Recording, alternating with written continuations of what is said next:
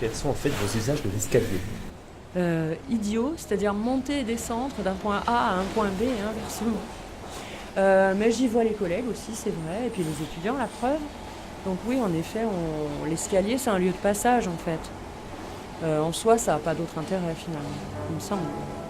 Sauf quand vous y mettez des livres dans votre maison, vous en servez comme étagère, pour faire sécher du linge, pour faire du sport au chat.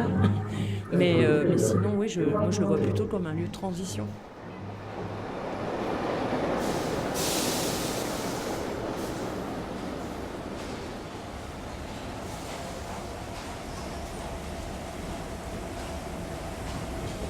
Principalement un usage peu commun, c'est-à-dire celui de monter dans d'autres bâtiments. Je crois qu'il n'y a pas beaucoup de gens qui font ça. J'en ai rare à le faire, il me semble. Notamment celui-là. Station 6 et 7, département éco-moderne, psychologie, philosophie.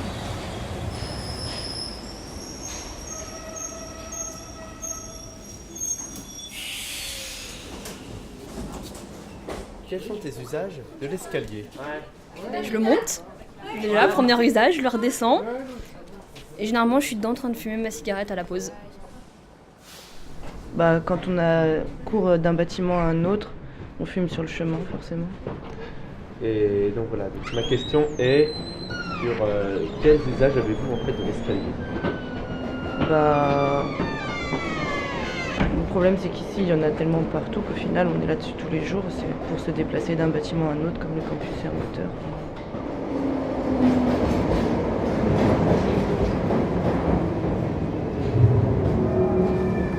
Station 5, département d'histoire.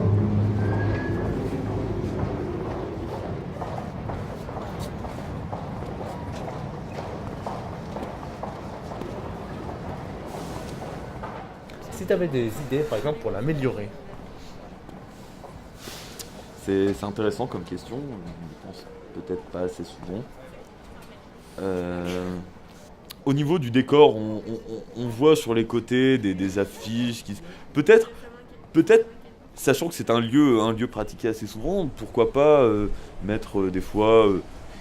afficher des choses plus intéressantes que la prochaine soirée étudiante où on va aller se merger, quoi. Information de recherche, droit et